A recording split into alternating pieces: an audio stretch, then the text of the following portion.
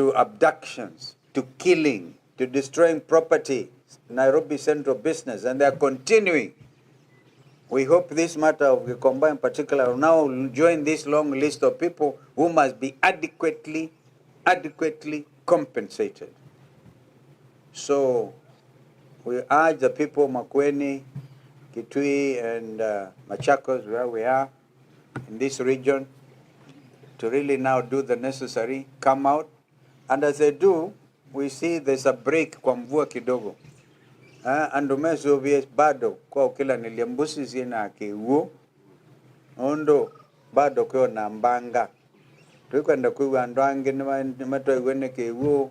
Kwanza dhinola monene ni ukuona usi, wenda ukila usi, andu izina ukuya iye mani kuyo tuko, uwepo uwe kuwa ne kiuo tezeke umaba. Kwa andumezo vie, Mheshimiwa Gachagua understands exactly what I've said. Now you can be the interpreter to your other cousin here, Eugene Omalo. Just telling people to be careful. Lakini ngo na vinda nesioyu andumayo mbani na miondani tuko na mweke tabidi. You know the people Makueni, ndugu Rigijin, ndugu Eugene, and my brother Tony. These are fruit farmers. Hey, the level of horticulture in this place, mango farmers, and they grow oranges like nowhere else. All they need to do is a proper value addition. They're doing that. We understand this last crop was not very successful. Mheshimiwa Governor, let us prepare in the future to make sure that people get maximum benefit out of their shambas. Maembe yao, machungwa yao, na vile vile tukisonga mbele in that areas. We talked about Thwake Dam yesterday, and this administration have decided they are not going to complete what President Uhuru Kenyatta did. I remember I was there with him when he actually launched or was coming on an inspection tour of Thwake Dam. Thwake Dam is an important investment in this country. It will help our farmers to grow even on the other side of Kitui, out of the river, because the river inapitia kule na Thwake River, giving adequate water supply, not only to the growing water city, but also to Konza city, a city that Kibaki bequeathed this nation, the technopolis, the techno city of Konza. It will require adequate water, and we know that we will have to do some serious piping, huge pipes, to be able to grow Konza city. So that is what I wanted to say, in welcoming my brothers here to also make some comments. Ndugu Rigiji. Thank you very much. I must say that I'm very excited to be the lad of my cousins. Since yesterday we arrived here to very warm and rousing welcome. They gave you mobokoi, did they? Yeah. We've enjoyed very sweet mangoes. I woke up early this morning around 6 to walk around in the villages and found my cousins are up and about, very industrious people, very hardworking. That is the spirit. And I did say in Kirinyaga on Sunday that SHA, that monster created by William Ruto to rip off the Kenyan nation, we have credible information from experts that it will collapse within 6 months. Since then, Aden Duale has been ranting and writing tweets after every 5 minutes the whole night and posting videos crying that all is well. From our first rally in Tower all the way through Kikima to Wote, I did ask a question to the people of Makueni whether SHA is working, and the answer was no. Yet Aden Duale keeps on saying that SHA is working. But we are on the ground, and our work is to listen to the ground. The people of Makueni, like the rest of Kenyans, know that SHA is a failure. And SHA will collapse because it was not a program to sort out health insurance, but a scheme to rip off the people of Kenya. Aden Duale did challenge me to give information and facts as to what I said. And I've seen he was busy the whole night crying. Let him stop crying. He needs to reserve those tears because what is coming is much more. And will continue every day. And I want to thank the people of Kenya, especially public servants, civil servants who are disgruntled by what is happening in Kenya, the theft of public resources, wanton corruption, misappropriation of public funds. They keep on giving us information. I want to assure them that we will treat the information with confidentiality and will not expose them so that they are not exposed to harm by the state. Before the launch of SHA, NHIF had proposed that they be provided with 800 million Kenya shillings to create a new system, to upgrade the system that they had, to make it compliant to the present times. Instead, William Ruto, with a scheme to loot funds from the people of Kenya, scrapped off NHIF and brought SHA. And a system was procured at a cost of 104 billion Kenya shillings.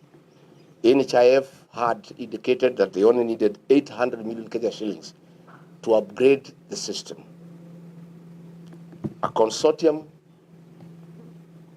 was created,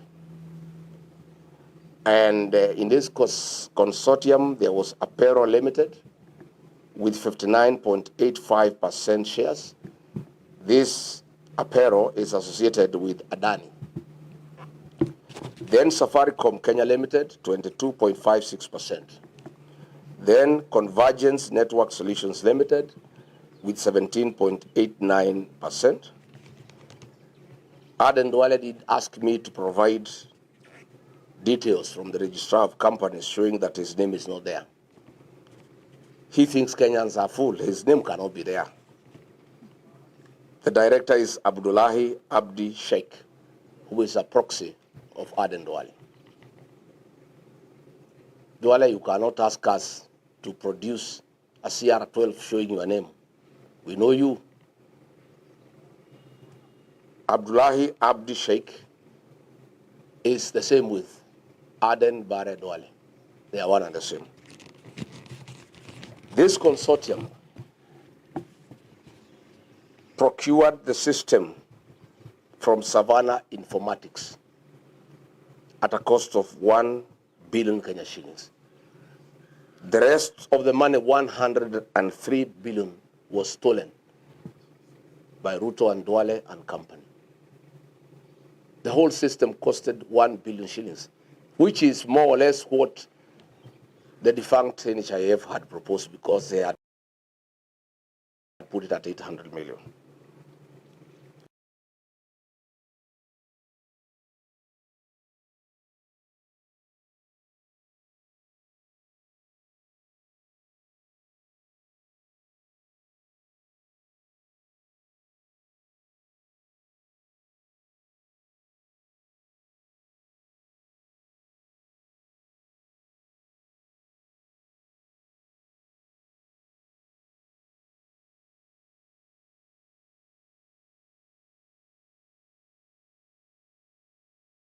Money that they are stealing from the people of Kenya. And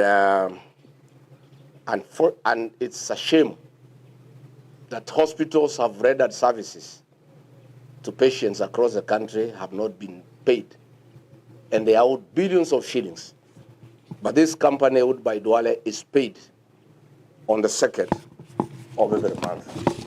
And what is even more interesting, to conceal their intentions, this money is paid through Digital Health Agency, whose executive chairman is Silas Matwa. Silas Matwa is a business partner of William Ruto and runs Amaco Insurance on his behalf. So this theft in SHA is a scheme by William Ruto and Aden Duale. Why is the money paid through Digital Health Agency, whose executive chairman is Silas Matwa? Is to conceal the movement of funds so that it looks like it's government to government. So what we are saying is that SHA was never conceived to be a program to help the people of Kenya. It was a conduit to steal funds from the people of Kenya.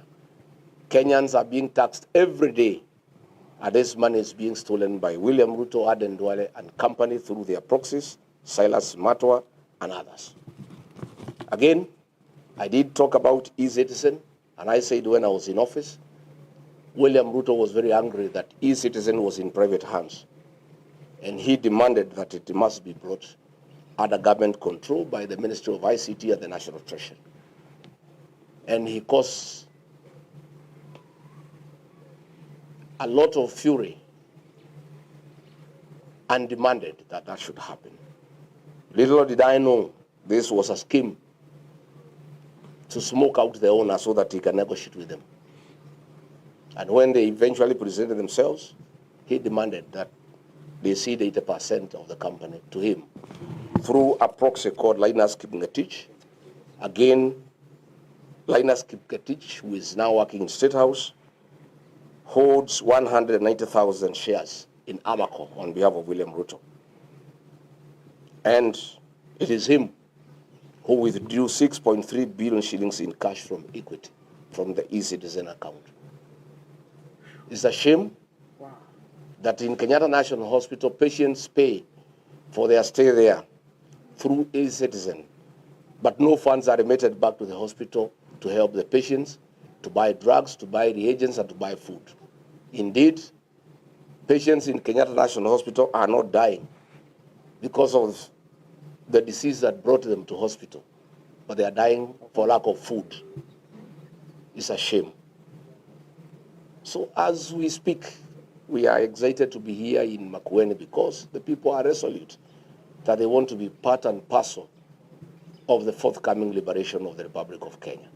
And we are very encouraged from what we have seen, and we want to assure the people of Makueni, and indeed the entire country, that we are clear that we will do what they want. They want us to give them a single presidential candidate to face William Ruto. That determination from our part as leaders is firm, and nothing can change. I want to assure the people of Kenya that on a daily basis, we'll continue to expose William Ruto and his government on all the evil things that are going on in the country. We will not be intimidated by personal attacks and attempts to divert us from what we need to do for the people of Kenya.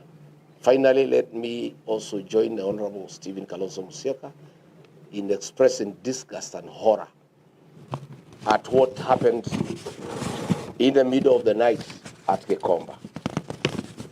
When we were campaigning with William Ruto, I was running it. We made a firm undertaking to the people of Kenya that in the new administration, demolitions and evictions will never happen. And if they have to happen, the people being evicted must first be relocated to their new places of occupation. We also did agree that no demolition and eviction will ever be done at night. I started differing with William Ruto, our second year in office, when he went against what we had agreed and started a systematic program of evicting people from their land and from where they have lived for life. What happened last night is inhuman, it's brutal, it's unacceptable. It is persecution of small traders. And we ask him, William Ruto, we know, we understand your frustration that Kenyans want to send you home to be a one-term president. But why are you at war with the Kenyans? You are at war with the Kenyans. Why do you release policemen and other people with such vicious brutality in the middle of the night to persecute the people of Kenya? The purported arrest of Sakaja was diversionary. It was a red herring. It was meant to divert attention as cruel and inhuman actions were being planned by William Ruto and the police. I want to ask the traders to take heart and to appreciate that difficult as things are, our day is coming. And we have a date with William Ruto next year on the 10th of August and we must put an end to these inhuman and brutal acts against innocent Kenyans who are trying to eke out a living. Thank you very much. Thank you. Mheshimiwa Eugene. Thank you very much, ladies and gentlemen. I'm very, very grateful to our host, His Excellency Dr. Stephen Kalonzo Musyoka, for inviting us to this beautiful part of the lower eastern part of Kenya. And we want to thank His Excellency Governor Mutula Jr., Governor Wavinya, and the entire leadership of Ukambani for their great hospitality. We had a great day yesterday, all the way. We had almost 7 stopovers, and the warmth, the reception, the hospitality was exceptional. Not to mention the cuisine here. We're very, very pleased to be in Ukambani. But though we are happy to be here, we're not so happy about what happened last night, as His Excellency Kalonzo Musyoka and His Excellency Rigathi Gachagua have said. We got very sad news about what happened in Gikomba last night. As lawyers, we know that certain operations, including enforcement of court orders, must be done within specified hours. They cannot be carried out during ungodly hours. We saw what happened in Gikomba yesterday. We saw what happened at Dari, Honorable Tuju's place, people raiding private property at 3 o'clock, very ungodly hours.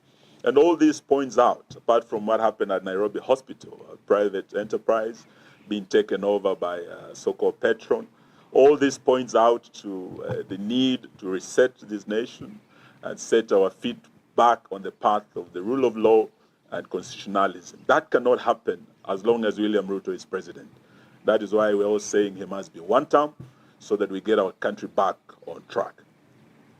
We want to say we welcome the mass voter registration by IEBC that kicked off yesterday. We were able to look at what was happening in this part of the country, to interact with registration officers here. We've also been getting reports across the country in all the 47 counties. And we want to embrace the Tuko Card initiative by our young people. We're seeing the turnout is very, very impressive. And we want to encourage our Gen Z to come out in large numbers in this county and in the whole country so that they can prepare to be part of that historic election that is coming, that will see the first president to become a one-term president being William Samoei Ruto. We urge IEBC to address the challenges. The reports we are getting is there are operational challenges, there are technical challenges in some areas where the kits were not working. In some areas, we have very few equipment compared to the large numbers of the young people who are turning up. As the People's Alternative Government, we are very concerned because when IEBC started this process, the turnout was very low. The young people of Kenya were very cynical, and they were not willing to come out. Out of the targeted 6 million voters that the IEBC aims to register, they were only able to register about 260,000. But since the Tuko Card initiative started, we are seeing numbers surging. And this is why we all want to encourage our young people. If you're a parent in this country and you want change, and you have an 18-year-old in your house, please get them out. Encourage them to go and get these IDs and to register. The next 30 days are going to be very important in terms of adding the numbers that will send William Ruto home and bring change to our country. So whatever is there must be addressed by IEBC. We engaged with IEBC as the alternative government a few weeks ago. Amongst the concerns we raised were certain irreducible minimums. One of those was that the CEO and the entire team that bungled the last election, headed by Marjan, must go. Indeed, they were able to terminate Marjan's contract, but that is not enough. We're telling IEBC our second irreducible minimum was mathematics. That discredited Venezuelan technology that has been put in question in the US, and latest evidence shows that the credibility of that technology is questionable, and it will affect the integrity of our elections. We cannot afford another bungled election in our country. So even from Makueni here, we want to demand that our second irreducible minimum is termination of this mathematics contract. And since IEBC has not responded, we've gone ahead and filed a case in court. We intend to pursue this matter. And we ask the Honorable, the Chief Justice, to fast track and to prioritize all matters touching on elections. As we speak, the first step by IEBC now is the mass voter registration. The third reducible minimum, we said we demanded from IEBC a clear roadmap. After the next 30 days, you've done the mass voter registration. What next? We're entering the month of April.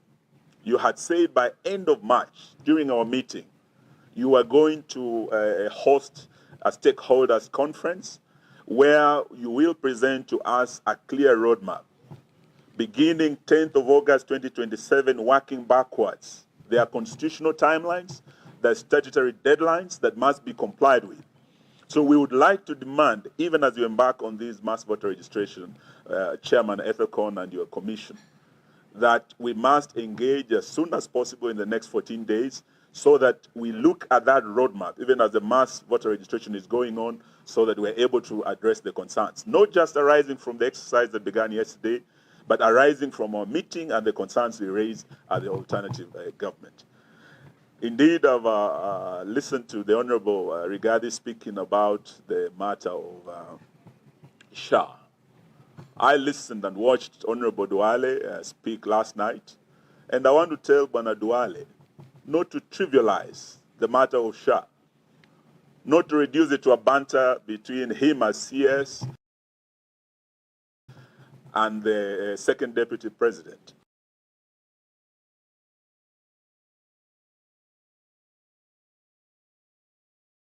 Say to listen to what, not just what His Excellency Gachagua has raised the concerns, listen to what the court ruled just a few days ago. Justin Wamuya was very clear. We had 3 Adani deals, JKIA, we had Ketraco, and we had SHA. And one of the companies in SHA that Honorable Gachagua has referred to was actually Adani's company. The president dropped only 2 of the Adani deals. That was Ketraco and JKIA. He never dropped SHA. And SHA is where he and Duale and his cronies are making the money. In the ruling of the High Court, there were concerns raised about how this system was procured, about the justification for this system, about private entities being involved in the system that touches on an Article 43 right of access to health by Kenyans. So, Bwana Duale, don't trivialize these matters. These are matters of life and death, and we want these concerns addressed. And we're not just talking about SHA and the court ruling. Parliament, which is an institution that provides oversight, also addressed the same issues. Chairman Dr. Nyikal is a broad-based member, and from his submission, Dr. Nyikal was very clear that this SHA system is failing. Experts have shown His Excellency Gachagua that it might fail in the next 6 months or so, but a parliamentary committee of health found that this system is unsustainable. This system is unreliable. This system is untenable. So we're not talking about personalities. We're talking about institutions, the judiciary, parliament raising issues with SHA. We're talking about the church raising issues. When Duale came to Kakamega, there's an 100-year-old hospital called St. Mary's Mumias.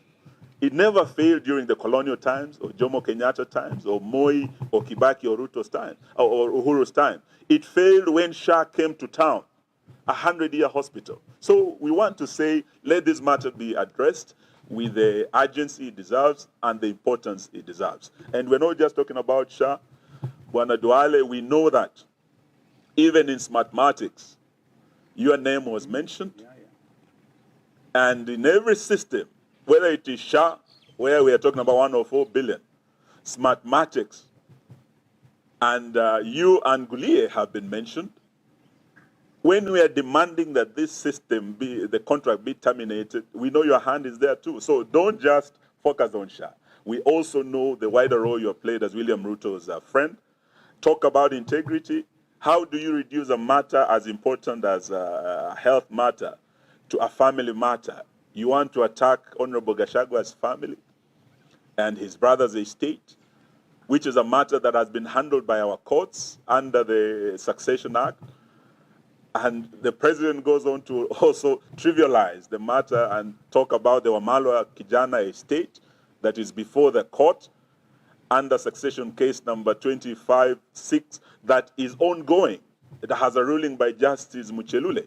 So what we are saying from Makueni here is that there are serious vital matters of national importance that must be addressed, and we are not going to fall in the trap of falling into the insults of this president. The insults are meant to divert us, to distract our attention, and we will not fall into that. There are serious issues that this government should be addressing. Here in Makueni, the lower eastern region of this country for a long time has been getting relief food.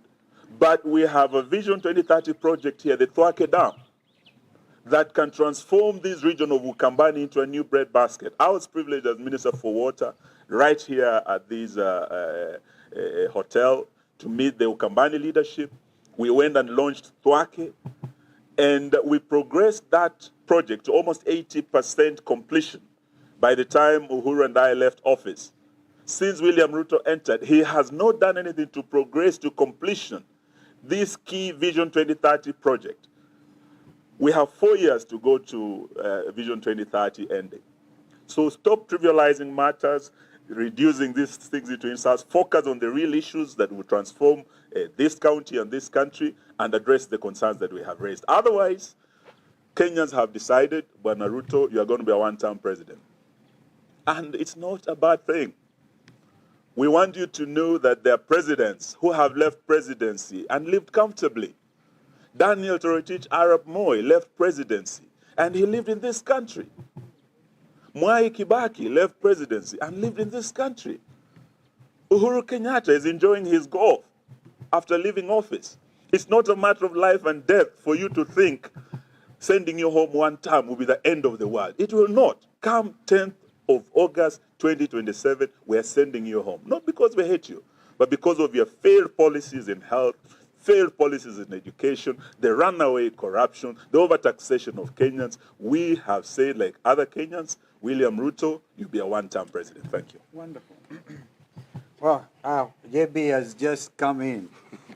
He was enjoying his hometown.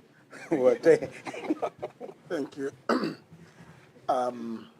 Let me join my colleagues in thanking our hosts, led by Governor Mutula Kalonzo Jr. and His Excellency Kalonzo Musyoka. I will be brief in echoing the sentiments, the concerns raised by my colleagues. Just to point out one thing, that we are not asking for anything that is unusual. Just asking for transparency. What His Excellency Rigathi Gachagua raised with regard to SHA, as many Kenyans will recall, is a matter that I raised from the beginning when William Ruto and his former CS Nakumicha came up with a plot when they were crafting the laws that anchor this SHA nonsense.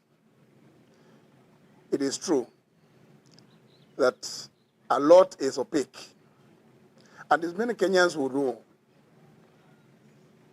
those in the sector, health sector, have raised the issue that when it started, purportedly as a very robust system, they were even showing the list of institutions that were receiving payments. The moment Kenyans and the Auditor General raised a flag about those very tiny things that were being paid for in Mandera, in Wajir, that never existed, suddenly that screen is no longer available to Kenyans. It's no wonder then that attempts are being made to acquire Nairobi Hospital, so that now, even if you are told huge sums of money are being paid in Nairobi Hospital, you will not question. That is the thinking and the mindset of one William Kipchirchir Arap Ruto. That is the design. It's no wonder again, even as our young people come up with their own design program of encouraging each other to register as voters by the clarion call of Nico Kandi. William Ruto mistakenly, again, mistakenly assumed it was just like another song of two term. So he also said he's Nico Kandi. Only to be reminded by the young people that actually his, and I like thanking my brother Rigathi Gachagua, told him it's a red one. So suddenly he has coiled, amerudisha mkia kwa miguu, because he realized that he was jumping on the wrong bandwagon. Ile Kandi, for him, is a red one, which means 10th of August, back to Suhoi. But there are many reasons we've said as the alternative government, which is what we are supposed to be, to point out what government is not doing or what it is doing wrongly. We pointed out that William Ruto, in your desperate effort to cling to office, you have denigrated the sanctity of national identification documents, such as the national identity card and the passport, by issuing the Kenyan passport or authorizing the issuance of Kenyan passport to criminals in Sudan, the RSF.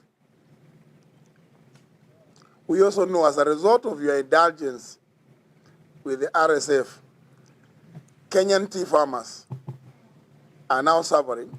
They cannot export their tea to the Sudan because the Sudan government cannot understand how we can entertain a criminal gang here in Kenya, give them even Kenyan travel documents, nationality documents, and then wish that we can continue doing business with them. We just got reports not too long ago about the amount of tea, Kenyan tea, that is lying at Mombasa.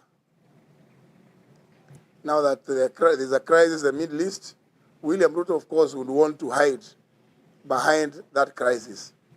But we are telling him, you began causing this crisis much earlier by your engagement through your greed, insatiable greed, with the RSF of Sudan. And indeed, we are going to point out these things because it is our duty. William Ruto would also want from Makueni here to demand you show the payments that SHA is making on a daily basis through your minister Eden Duale. The issues raised by the Honorable Rigathi Gachagua is a very monumental issue because Kenyans are paying through their noses to SHA, and the funds they are paying are being siphoned to those shady companies. We also want to demand here from here William Ruto, and we want to give notice to the Chinese government. William Ruto, tell us, what is the magic? What is the magic that a company called CRBC plays in Kenya? That it is the one and the only Chinese company that gets all the contracts. Talanta Stadium, Bomas of Kenya, Rironi Mau Summit, the NSF structure that is being done opposite the GPO, the Railway City, which even cost, as His Excellency Rigathi Gachagua pointed out, the other company which had gotten lower to be deported and procedurally in the middle of the night. So William Ruto, we know what you are doing with CRBC. And we want to put on notice the Chinese government that this team is very serious. We will revisit because we cannot sit when Kenyans are being milked to death by William Ruto through this Chinese company. I really wish to thank the people of Makueni and the people of Lower Eastern for giving us such a rousing welcome since yesterday. Thank you. God bless. No, JB, these people are not Lower Eastern anymore. They are Mount Kenya South. We have had those very heavy things. We must give the apologies of our two friends, the Honorable Mother Karua, who actually she's been traveling quite a lot in Kampala, and she is part of all this effort, and our brother Fred Matiangi, who was with us yesterday. The late member for Kalau was actually a Jubilee member, and I think he is trying to do something about the families. Kwa hivyo, just additionally, Vision 2030 project, Thwake Dam. The other Vision 2030 project is the High Grand Falls Dam. And Ruto is killing it. Actually, he's managed to kill that one. I think it's in Mheshimiwa Nzengu's constituency, the border between Tharaka Nithi County and Kitui counties.